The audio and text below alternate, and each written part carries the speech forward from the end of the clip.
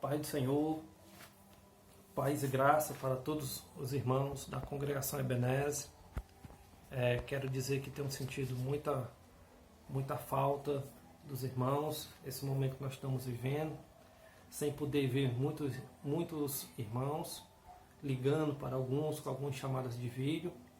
Mas, meus amados irmãos, nesta tarde eu queria aqui deixar uma mensagem, uma reflexão da palavra de Deus para todos os irmãos da congregação Ebenezer, especificamente da nossa congregação, onde a gente tem a responsabilidade como supervisor da congregação.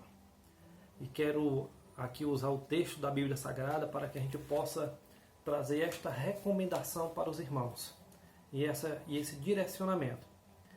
Eu queria ler aqui em Jeremias capítulo de número 3, capítulo de número 33. Jeremias capítulo de número 33, versículo de número 3, que diz assim a palavra de Deus. Nos diz assim: clama a mim e responder-te-ei, e anunciar-te-eis coisas grandes e firmes que não sabe. Este é o texto, meus amados irmãos, que nós vamos usar como básico para a gente aqui dar algumas diretrizes, dar algumas recomendações para a igreja, para a nossa congregação. Nós sabemos que a nossa igreja, ela é conhecida como uma igreja que intercede, que tem a capacidade, não por méritos humanos, mas a capacidade que Deus nos deu para estar intercedendo não somente pelas nossas vidas, mas intercedendo pela obra de Deus. Não é à toa que nós temos sentinelas na igreja, sentinelas de oração, que as suas orações são especificadamente com propósitos específicos. Eles não oram pelas suas vidas, mas oram em favor de causas específicas. E baseado nisso, meus amados irmãos, é que eu quero chamar a igreja a atentar-se para a palavra de Deus.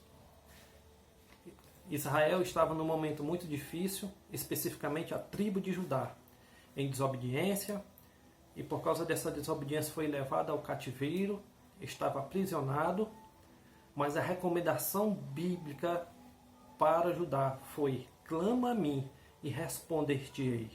Ou seja, Deus estava trazendo por intermédio do profeta Jeremias o povo a uma consciência. E esta consciência era que o povo deveria de deixar de adorar a deuses estranhos, a Baal, e direcionar a sua oração ao Deus Todo-Poderoso, aquele que pode fazer grandes coisas e coisas maravilhosas. E mediante essa instrução, Deus também garante para o povo: se você clamar, eu vou lhe responder. E além de responder, eu vou te anunciar coisas grandes e firmes que não sabes. Ou seja, nós compreendemos aqui dentro deste texto o poder do clamor, o poder da oração. E eu quero aqui convocar os irmãos da congregação Ebenezer para estarmos orando e jejuando.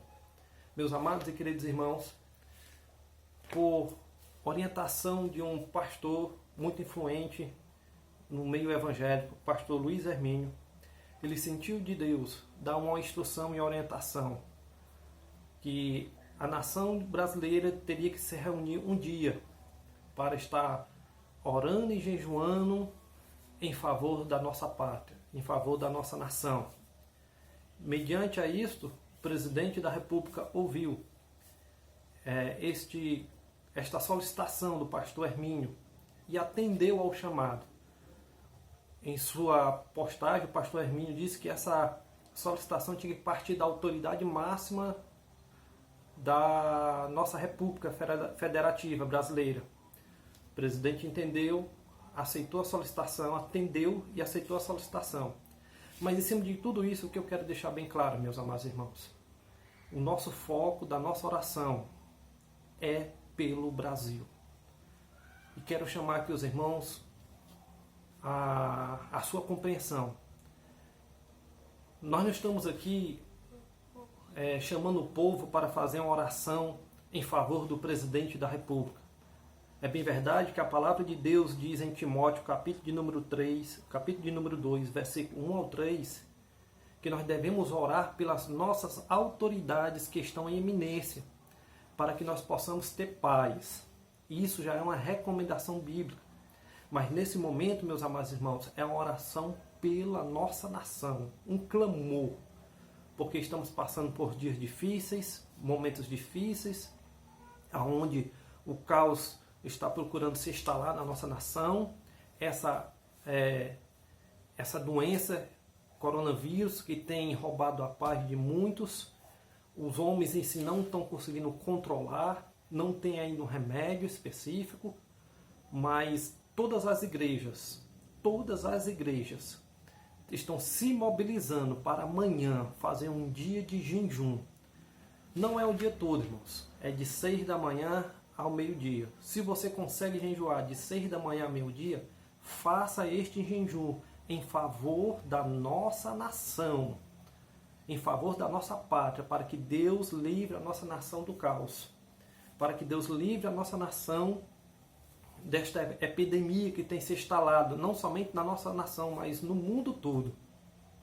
Não somente desta epidemia, mas também de um caos econômico. Meus amados irmãos, eu quero aqui deixar bem claro, todos nós brasileiros, estamos no mesmo barco. Estamos em uma mesma embarcação. Se a epidemia se alastrar, lembre-se que eu e você estamos nesse barco e podemos afundar junto. Se vier um caos social e econômico para o nosso Brasil, lembre-se que eu e você estamos nesse barco e também podemos afundar juntos. Mas a minha solicitação é para que a gente possa estarmos juntos, de mão dadas, intercedendo, orando, jejuando amanhã, dia 5, jejuando pela nossa nação, não somente jejuando e orando. Eu queria deixar aqui também, meus amados irmãos, Josué, capítulo de número 6, versículo 1 ao 5. Quando as muralhas de Jericó vão cair por terra. Quando Deus orienta a Josué como deveria ser feito para que as muralhas viessem cair por terra. Deus disse que Jericó estava cerrada, estava presa, tinha fechado todas as portas e não tinha meio a qual o povo de Israel pudesse adentrar ali em Jericó. Mas Deus deu uma orientação primeiro a Josué. E a orientação foi que o povo deveria rodear as muralhas de Jericó 6 dias. E durante esses 6 dias, uma vez por dia, rodeavam essas muralhas. E no 7º dia, o povo deveria rodear as muralhas 7 vezes. E quando rodeasse 7 vezes, os sacerdotes haveriam de tocar as buzinas. E quando os sacerdotes tocassem as buzinas, e Josué ia ordenar que o povo deveria gritar. E quando o povo gritasse, as muralhas de Jericó viriam abaixo. E assim aconteceu, meus amados irmãos. Nós, como liderança da igreja, estamos pedindo, estamos tocando as buzinas, chamando ao povo para clamar para que essas muralhas, para que essas dificuldades caiam por terra. 2ª Crônica, capítulo de número 7, versículo de número 11. A palavra de Deus vai nos dizer também: se o meu povo, capítulo 7, versículo 14, se o meu povo, que se chama pelo meu nome, se humilhar e orar, e buscar a minha face, e se converter dos seus maus caminhos, então eu ouvirei do céu, perdoarei os seus pecados e sararei a sua terra. Meus amados e queridos irmãos, temos que atentar para o clamor. Temos que atentar e falar, orar, jejuar. Eu me lembro agora também de Jonas, meus amados irmãos, que Deus instruiu Jonas a ir a Nínive e a pregar e anunciar a palavra que ele haveria de falar. E ele entra no capítulo 3 de Jonas anunciando o juízo de Deus sobre Nínive. E a Bíblia nos diz que essas palavras, essa pregação, o povo começa a crer e chega aos ouvidos do rei. E o rei decreta por 3 dias um jejum nacional dentro de Nínive, que o povo não deveria nem comer, nem o povo nem os animais, e se vestir todos de panos de saco, para alcançar de Deus a misericórdia e o perdão. Então, meus amados irmãos, as autoridades estão suplicando, e nós como igreja temos a responsabilidade de clamar e orar, independente se nós gostamos ou não. Ah, mas eu não gosto de fulano, não gosto de cicrano, eu não gosto de Bolsonaro. Bolsonaro não é o foco. O foco agora é a nossa pátria, é clamar, é orar. E eu convido a todos, em nome de Jesus, a estarmos amanhã jejuando em favor da nossa pátria. Quero deixar desde já a minha gratidão, a compreensão dos nossos irmãos. E logo mais, logo, irmão, nós estaremos juntos novamente na congregação, adorando e engrandecendo o nome do Senhor. A paz do Senhor para todos. Amém. Aqui.